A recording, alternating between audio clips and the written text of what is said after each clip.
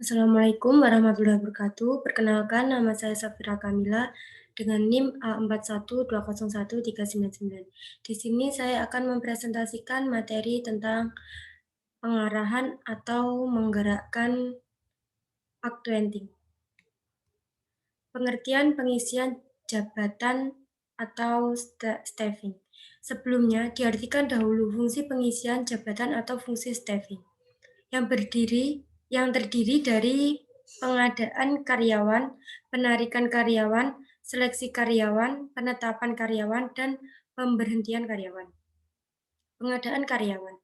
Pengadaan adalah proses penarikan, seleksi, penempatan orientasi, dan induksi untuk mendapatkan karyawan, baik kualitas maupun kuantitasnya, adalah sesuatu dengan kebutuhan perusahaan. Untuk mendapatkan karyawan yang baik, harus dilakukan dengan cara analisis jabatan, uraian pekerjaan, dan spesifikasi pekerjaan. Penarikan karyawan. Kegiatan mencari menetapkan sumber tenaga kerja yang diperlukan dan mempengaruhi cara penarikan melalui iklan tenaga kerja agar mau melamar pekerjaan yang masih kosong di perusahaan. Sumber karyawan di sini dapat bersumber dari dua. Yang pertama, sumber internal, yaitu melalui karyawan yang telah ada, baik karena rotasi, promosi. Yang kedua, sumber eksternal, yaitu karyawan ditarik dari luar perusahaan. Seleksi karyawan, kegiatan pemilihan dan penentuan pelamar yang diterima atau yang ditolak untuk menjadi karyawan perusahaan. Proses seleksi surat-surat lamaran, pemeriksaan referensi, wawancara pendahuluan, seleksi umum, pengetahuan, tes psikotes, tes kesehatan, wawancara dengan atasan dan keputusan diterima atau ditolak. Tingkat-tingkat seleksi. Seleksi tingkat pertama, kedua, dan ketiga. Penempatan karyawan. Kegiatan untuk menempatkan karyawan yang telah lulus seleksi jabatan tertentu. Dalam penempatan harus dilakukan orientasi dan induksi. Orientasi memberitahukan karyawan baru tentang hak dan kewajibannya, tugas dan tanggung jawabnya, dan peraturan perusahaan. Tujuannya supaya karyawan merasa dirinya telah diterima di lingkungannya. Induksi, kegiatan untuk mempengaruhi tingkah laku karyawan baru yang telah ditempatkan, agar ia menaati peraturan dan norma perusahaan, serta pelatihan dilakukan untuk meningkatkan efisiensi dan efektivitas kerja karyawan. Pemberhentian karyawan. Pemberhentian adalah putusnya hubungan kerja seorang karyawan dengan suatu perusahaan. Hal ini disebabkan oleh keinginan perusahaan, keinginan karyawan, kontrak kerja habis, peraturan pemburuan, pensiun, atau meninggal dunia. Pengarahan atau menggerakkan. Menurut G.R. Terry, pengarahan adalah membuat semua anggota kelompok agar mau bekerja sama dan bekerja secara ikhlas serta bergairah untuk mencapai tujuan sesuai dengan perencanaan dan usaha pengorganisasian. Jadi, pengarahan, kegiatan yang dilakukan oleh pemimpin untuk membimbing, menggerakkan, mengatur segala kegiatan yang telah diberi tugas dalam melaksanakan sesuatu kegiatan usaha. Pokok masalah yang dipelajari pada fungsi pengarahan. 1. Tingkah laku manusia. Kebutuhan karyawan selain gaji dan kompensasi yang sesuai, perlakuan yang manusiawi terhadap karyawan dapat mendorong peningkatan produktivitas kerja. Yang kedua, hubungan manusiawi. Dalam kehidupan berkelompok atau organisasi, ini harus didasarkan atas kebutuhan, kepentingan, hormat menghormati, saling membutuhkan, dan kerjasama di antara semua pihak untuk mencapai tujuan. Komunikasi adalah suatu alat untuk menyampaikan perintah, laporan, berita, ide, atau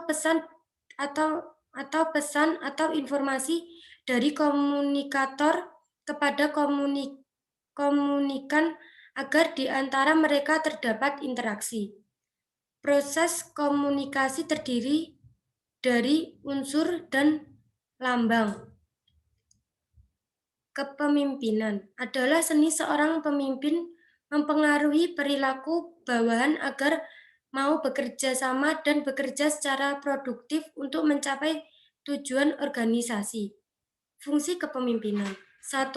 Pengambilan keputusan dan merealisasi keputusan itu. 2. Pendelegasian wewenang dan pembagian kerja. 3. Meningkatkan hasil guna dan daya guna semua unsur manajemen. 4. Memotivasi bawahan supaya bekerja efektif dan bersemangat. 5. Mengembangkan imajinasi, kreativitas, dan moralitas. Selanjutnya,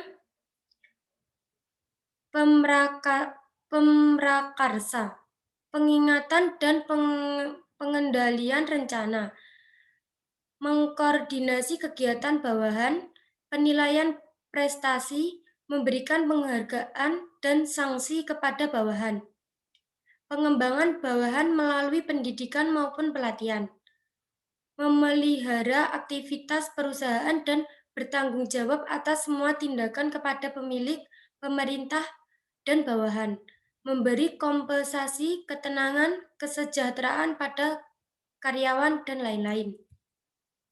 Unsur-unsur kepemimpinan. Pemimpin, bawahan, organisasi, tujuan, dan lingkungan internal dan eksternal perusahaan. Gaya atau tipe kepemimpinan menurut Malayu SP Hasibuan. 1. Kepemimpinan otoriter. Jika seorang pemimpin menganut sistem sentralisasi wewenang, falsafah pemimpin bawahan adalah untuk pemimpin dan menganggap dirinya paling berkuasa, paling pintar, dan mampu. Yang kedua, pengarahan dilakukan dengan cara instruksi dan perintah. Orientasi kepemimpinan hanya untuk meningkatkan produktivitas kerja karyawan, namun tidak memperhatikan perasaan dan kesejahteraan karyawan. 2. Kepemimpinan partisipatif.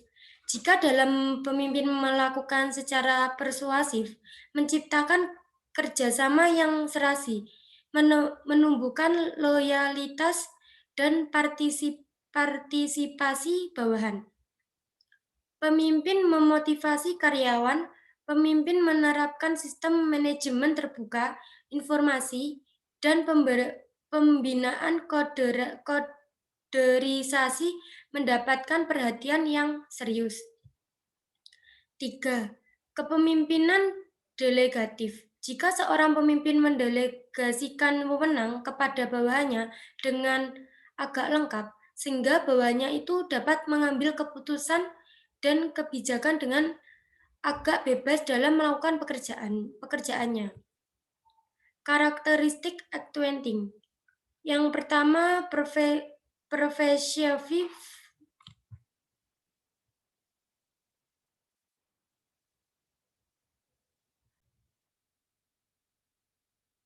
Yang pertama, prevent function. Yang kedua, continuous activity. Yang ketiga, human factory. Yang keempat, creative activity. Yang kelima, action function. Yang keenam, delegation function. Yang pertama maksudnya adalah pengarahan diterima pada sebagian level organisasi. Setiap manajer menyediakan petunjuk dan inspirasi kepada bawahannya. Yang kedua maksudnya adalah pengarahan merupakan bentuk aktivitas yang bekerjanya sepanjang masa hidup organisasi. Yang ketiga maksudnya adalah pengarahan senantiasa berhubungan dengan bawahannya, sehingga akan berkaitan dengan human factor. Human factor adalah perilaku manusia yang kompleks dan tidak dapat diprediksi. Yang keempat maksudnya adalah adanya pengarahan akan membantu dan mempermudah dalam mengubah rencana dalam suatu tindak nyata. Tanpa adanya fungsi pengarahan ini, seseorang dapat menjadi inaktif dan sumber fisik yang dimiliki akan menjadi tidak berarti. Yang kelima maksudnya adalah pengarahan dilakukan oleh semua manajer dan eksekutif pada semua level, pada semua jenis organisasi, dan bawahnya hanya menerima instruksi hanya dari atasannya. Yang keenam maksudnya adalah pengarahan merupakan satu fungsi manajer yang langsung terhadap dengan manusia. Atasan harus dapat mengetahui bahwa perilaku manusia merupakan suatu hal yang tidak dapat diprediksi dan alami, sehingga atasan harus dapat mengkondisikan perilaku seseorang ke arah tujuan yang diharapkan. Tujuan pengarahan: 1. Alat motivasi. 2. Memprakarsai aksi. 3. Penggunaan sumber daya dengan efisien. Yang keempat, comping perubahan. Yang kelima, mengintegrasikan upaya. Yang keenam, menyediakan stabilitas. Cara melakukan pengarahan. Yang pertama, orientasi. Yang kedua, perintah. Yang ketiga, delegasi wewenang. Yang keempat, petunjuk. Yang kelima, motivasi. Yang keenam, mempengaruhi. Terima kasih. Sekian dari saya. Wassalamualaikum warahmatullahi wabarakatuh.